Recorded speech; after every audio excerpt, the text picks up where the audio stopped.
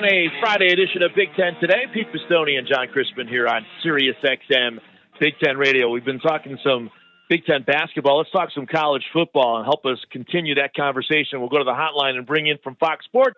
Is with us here on Big Ten Today. RJ, how are you? I'm good, fellas. Thanks for having me. Well, we appreciate the time. It's been a couple of weeks now, but let's just start sort of big picture. When you look back in the rearview mirror at college football 2020, what did you think about the play? What did you think about the season in general, what we just saw, RJ? Was shocked that we got the season started. I was shocked that we got to a college football playoff national championship at the end.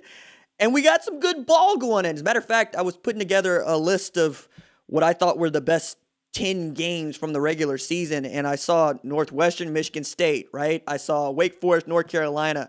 I saw Michigan and Rutgers. Who knew that that was going to be a thriller? I mean, those are just some of the ones that come off the top of my head. And yet, we got all that done with virtually no fans in the stands, and all while a pandemic is going on. I'm proud of the folks that put this on. I'm proud still of the kids that decided that they wanted to do this, and I hope that we never have to do it ever again.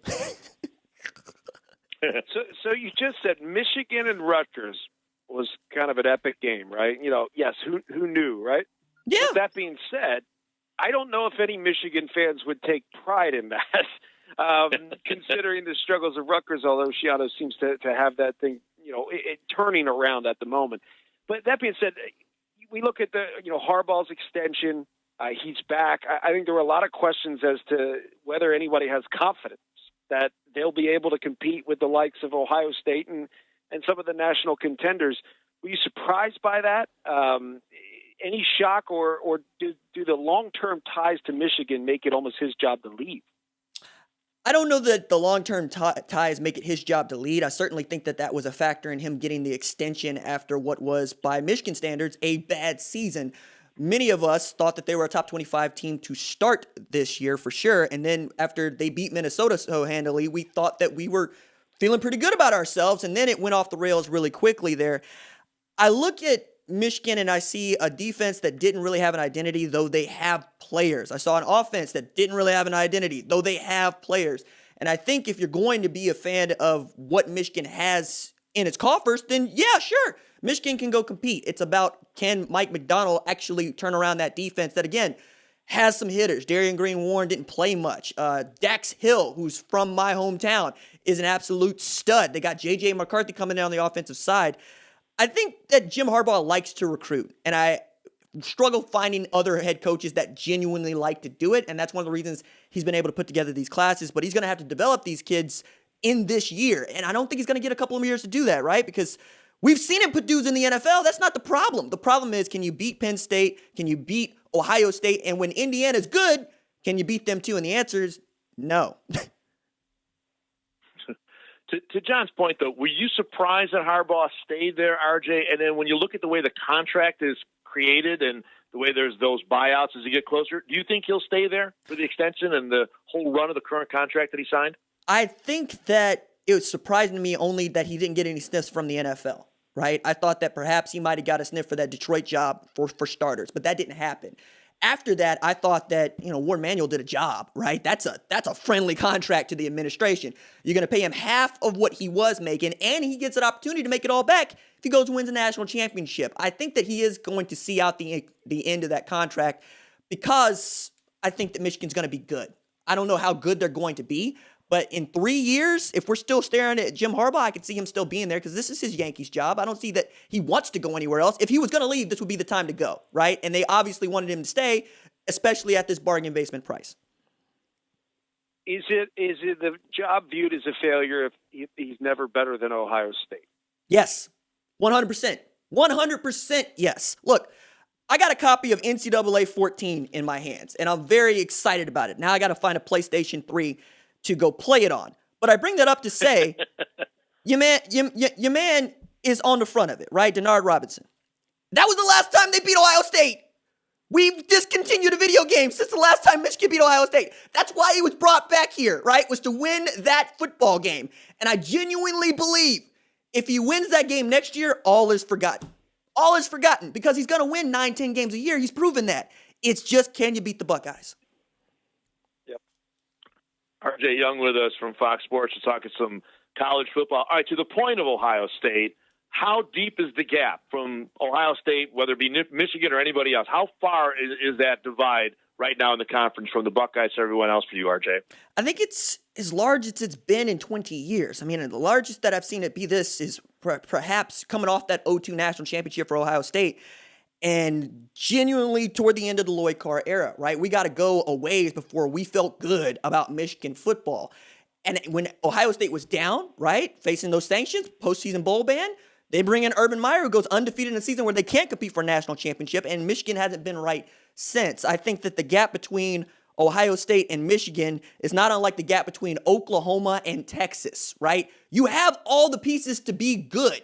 You just haven't been for one reason or another, and how do we judge good? Can you beat your rival? Do we still call your rivalry a rivalry, or is it a series? And right now, it's a series, guys.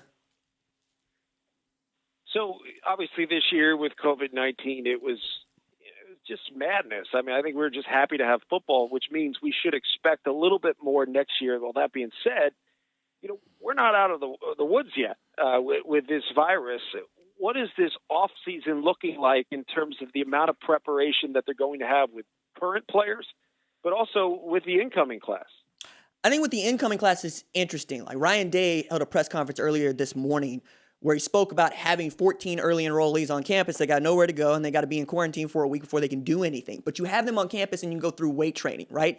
We had shut down almost everything over the summer, so that is one positive. But it's also going to mess with your spring schedule because nobody knows how they're going to do pro days, if they're going to do pro days, especially with the NFL Combine. And then what are we going to do coming out of this? How are we going to go about recruiting, for instance, right? The dead period is extended through March. Yeah. Like that means that no kids have been on campus for an official visit in a year. That's going to be fascinating to see because we're coming up on yet another signing day, the early signing period, and now the National Signing Day. I hope that we can really get the vaccine distributed because I think that is going to be our barrier for entry into what we call normalcy. If we get more vaccines into more people, we get back to playing football the way that we know football to be played. Are you hearing that most schools are just hoping to do what you just said and that kind of normal schedules in place? I saw Florida State announce their spring game, so they're being optimistic about that in April. Is that sort of the course you're seeing with the rest of the programs around the country, RJ? For the most part, right? It's a positive outlook. What I have been told is there's going to be some jockeying with spring schedules, right? No doubt about that. People are going to try to figure out what weeks they're going to do it and how they're going to do it, especially since most universities are moving without a spring break now, right? They just built that into the winter break. We're going to try to power through and see what we can't get done. But I would not be surprised to find out spring games don't go on until May, right? As opposed to us seeing them get started in late March. We might not get started until late April, probably following the NFL draft. And you know what? That's a smart thing to do, I think, because you're going to get the kids in a state where they're positive. They're going to hit each other. Then they're going to go for about a month break. And then we're going to go back to what we know of as preseason camp. But again, all of that is dependent on vaccine distribution and how good we are as a nation at doing that.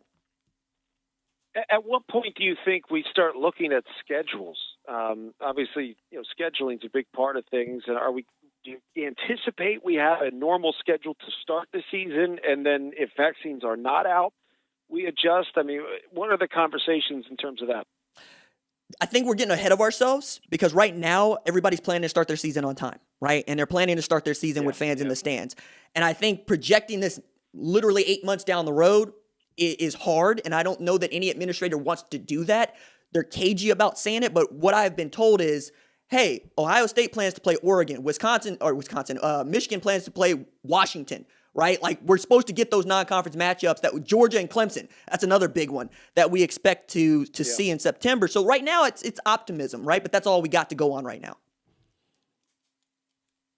We're talking to RJ Young from Fox Sports here. We know there's still time on the contract in terms of the TV contract for the college football playoff. But do you think a lot of the conversation this year, RJ, that we had about expansion and how that might look down the road, do you think that it all accelerated the possibility of college football playoffs being expanded here and going from 4 to 6 to 8 or whatever it turns out to be? Accelerated? No. I think we're going to see the college football playoff play out its contract as stands. So that means that we're looking at another 3 years of this at a minimum. I don't see any reason as to why ESPN would want out of the deal. I don't see any reason as to why the conferences would want out of the deal. If nothing else, we're all talking about it. What I did see over the past 6 weeks is there are more folks that believe what I believe, which is that you should expand the playoff, you cowards. Get more teams into this thing because we're losing fans. We're losing the fan bases. We're losing some really outstanding stories, right? It's not that I expect Coastal Carolina or Cincinnati to win a national championship. But I remember Ali Farouk-Manesh, and I remember Northern Iowa in the NCAA tournament. We all remember the Butler did it. Those are the kind of moments that we can get. And if we have more people with a rooting interest in the big dance, we are going to grow it into the national sport that I think it needs to be, as opposed to the regional sport it has been for so many years, in thanks large part to television. So yes, I think we're going to expand the playoff, but accelerating, no. I think we're going to be stuck with the 14 playoff for the next 3 years. So expand the playoff, is that tied to bowls? Because, obviously there's a lot of bowl contracts, whether it be with conferences or, college football in general. Do you think if we expand things, you do that through the bowls become kind of your first few rounds, and then your bowls get bigger and bigger as time goes on? I think that's one way to do it. I think the Orange Bowl, the Rose Bowl, the Sugar Bowl, the Cotton Bowl, those will stay in because people love knowing those names are associated. At least the old heads do, right? I think it's interesting in that those bowls don't mean as much to, say, my generation, right? I'm 33, which is to say when Texas played Miami in the Cotton Bowl for a chance to win a national championship, that actually mattered because it was playing for a national championship. Now the Cotton Bowl is a stand-in for what might be a chance to play for a national championship. And we have so many bowls, right? We got the Red Box Bowl was a thing. We don't need that to be a thing. That can go away. So if anything, I think we're going to get rid of maybe half a dozen to 2 dozen of these bowl games. But if you want to say that somebody played in the Holiday Inn Bowl in the first round of the playoffs, be my guest, as long as you got a bracket. Yeah. If you got a bracket, you can do whatever you want. Good stuff. RJ, we appreciate the time. It's going to be interesting to see how this offseason goes. And again, we're like you. Our fingers are crossed that we get a normal college football season in the fall. But thanks for the time here on Big Ten Today. I appreciate you guys. Thanks so much.